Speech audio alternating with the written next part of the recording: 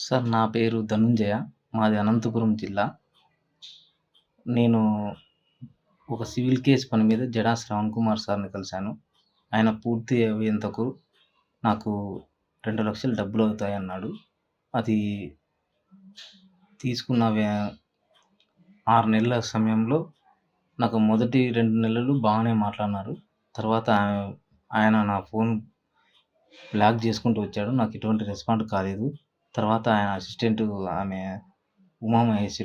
ఉమాశ్రీ అనే ఆమె నాతో మాట్లాడుతూ వచ్చింది. కానీ నా కేసులో వకాలత్ మాత్రం వేశారు. తర్వాత రూ. 1,00,000 నేను డబ్బులిచ్చాను. ఆ రూ. 1,00,000కి గాను నా డబ్బులు నాకు వెనక్కియ్యండి. నా కేస్ వెనక్కివ్వండి అని అడిగాను. నేను విజయవాడకు 2 సార్లు వెళ్ళగా నాకు నా ఖర్చులు పెట్టుకుని వెళ్ళాను. నాకు 65,000 డబ్బులిచ్చారు. మిగిలిన డబ్బులు ఖర్చయిపోయినాయి అంటున్నారు. నేను వాట్సాప్‌ల ద్వారా దాని ద్వారా రిక్వెస్ట్ చేస్తూ వచ్చాను.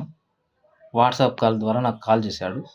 నేను అనుకుంటే నేను కేస్ గీసి పెడితే నీకు 10,00,000 ఖర్చయితుంది. నువ్వు నన్ను తక్కువ అంచనా ఎయ్యకని చెప్పి నన్ను బెదిరిస్తూ వచ్చినాడు. అయితే నా డబ్బులు నాకు ఇవ్వలేదు. నేను ఏం చేయలేక ఫేస్‌బుక్‌లో ఒకటే ఆయనకు రిక్వెస్ట్ పెడుతూ వస్తున్నాను. ఎందుకంటే ఇంక వేరే నాకు ఆప్షన్ లేదు. దయచేసి నా డబ్బులు నాకు ఇవ్వండి సార్. దయచేసి నేను అప్పు తెచ్చి మీ దగ్గర వడ్డీలకు తెచ్చి నేను కట్టాను సార్. నా దగ్గర అంత డబ్బులు లేదు సార్. అంత స్తోమత లేను. మా ఇంటి బీద పరిస్థితి. దయచేసి నా రిక్వెస్ట్‌ని మన్నించి నాకు ఇవ్వండి సార్ డబ్బులు. ఎవరైనా సరే నాకు ఇప్పించి సహాయం చేయండి నాకు. దయచేసి. నేను చిన్న కన్స్ట్రక్షన్ దాంట్లో పని చేసుకుంటూ ఉండేవాడిని.